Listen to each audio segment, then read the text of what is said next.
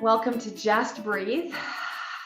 Find your comfortable seat, a supported posture that enables you to truly just be here to breathe. Now, I'm coming off of a very full weekend of Yoga Foundations, the teacher training program. And so one of the ways in which I balance that output of energy is to carve out time in my recovery period to just breathe, meaning to not do more, not fill it up, which I am wont to do in my habits, but to just breathe, to just be in the effects, the consequences of my weekend, the consequences of whatever it was that I was doing. And for me, that was a lot of sitting and a lot of teaching, right? So my low back is a little tender and my throat is a little scratchy because of the work of facilitating. So my intention in coming to this Just Breathe practice is to just breathe, and specifically a balancing breath, Nadi, Shodhana, alternate nostril breathing.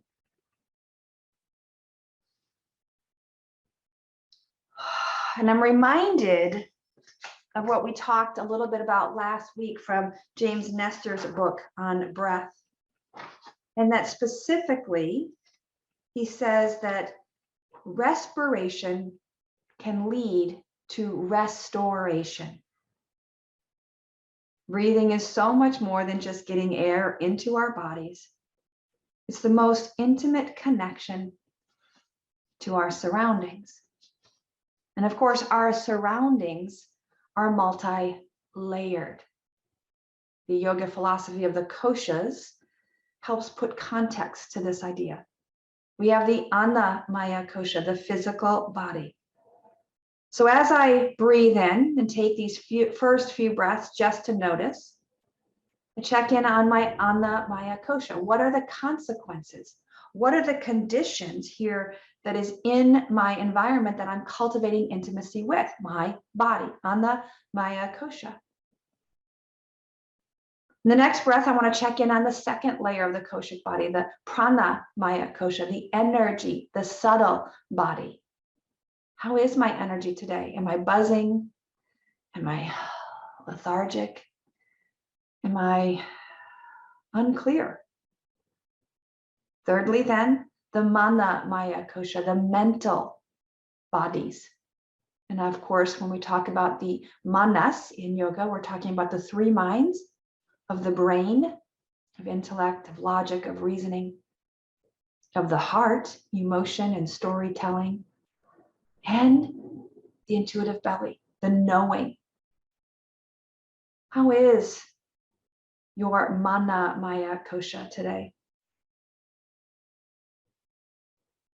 And from that union of the three minds, we tap the Vijnanamaya kosha, the third eye concept of knowing, of wisdom. And it's not uncommon for me to feel muddy in my knowing after sharing in teacher training. Everything starts to kind of blah, blah, blah. And I'm sure I'm not the only one, whether it's as a student or as a facilitator. We kind of get cloudy because of all of the information coming in. And that's okay too. And then finally, the Ananda Maya kosha, the bliss body, the allowing body. Is there resistance to allowing? Is there hesitancy? Maybe even a hunger for that ease state of allowing? And just wanting to want that allowing state is enough, without attachment, but just knowing that that's the pursuit is enough. So as you've checked in on these layers of the internal koshic bodies, now start to observe around you, the space, the room, the props, the relationships that have held you and supported you and enabled you to do the work that has come before. The biography and the biology of your stories, your past, and how they brought you to this moment, and will become the fertilizer for your growth in the coming days. So when you are ready, you've checked in on this surrounding conditions, you've cultivated an intimacy with what is. Let's balance these energies with the Nadi, Shodhana, alternate nostril breathing. I like to hold my right elbow as I make the mudra option or a alternative to the classic of resting my first two fingers on my forehead. This helps to hold the weight of my head. I gently place my thumb on my right nostril, not to squish, not to squeeze, just to gently close off the airflow. Breathe in through the left.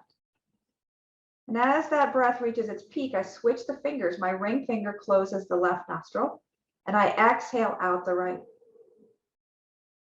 Inhale through the right. Switch the finger, gentle press, and exhale out the left. That's one round. Inhale left. Exhale right. Inhale right. Exhale left. Continue.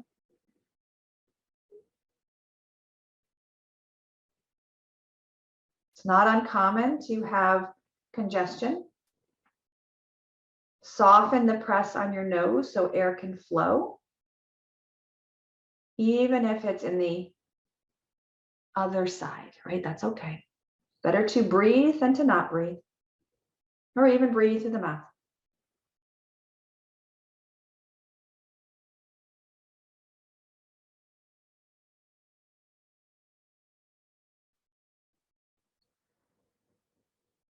Just as sandpaper repeatedly rubbed on raw wood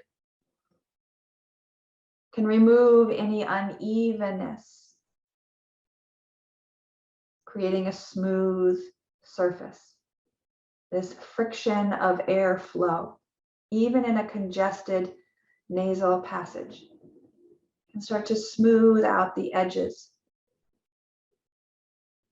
literally opening up the nasal passages and the thought passages, the ideas in the mind, the emotions in the heart, the knowings of truth in the belly. By smoothing out these edges, it's not meant to dilute the power of prana, but rather to soften the extreme responses to clearer seeing. When we are in an extreme response, we tend towards fear or declaration, choosing rightness over compassion. Can we choose compassion first for ourselves, for our circumstances, for each other?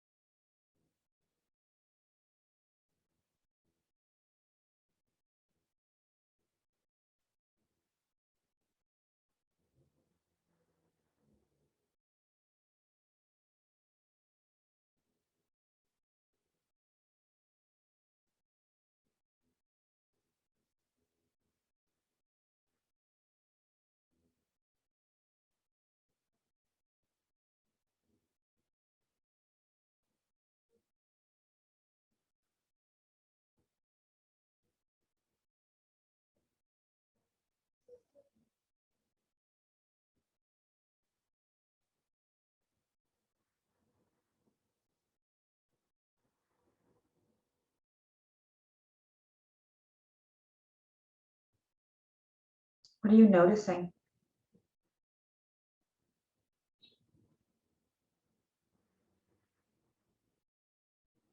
Where is the body responding to this gentle sanding, this alternate nostril breathing? Drawing the air in and out, gently sanding away the obstacles and obstructions, not just those in our nose, those in our mind and our heart. Clearing the path for deeper breathing is clearing the path for clearer seeing. Clearer seeing can bring us closer to authentic living and loving, compassionate presence. As you exhale out the left nostril, release the mudra. Come back to just the breath in and out. Notice if, in fact, you feel more grounded, if you felt ungrounded, more energized if you felt lethargic, more centered if you felt extreme in any way. And if not, perhaps a few more moments of breathing in this way, or listening to your inner guide, the guru center. There might be a different practice that meets you where you're at now, that you can see more clearly, having connected more clearly, more honestly, more willingly with what is here in this moment, internally and externally. This is the practice of yoga, a journey of inquiry and observation, and then choosing the next right step that honors our values and the practice itself. May you breathe deeply and move freely, labor lovingly, and live vibrantly. Namaste.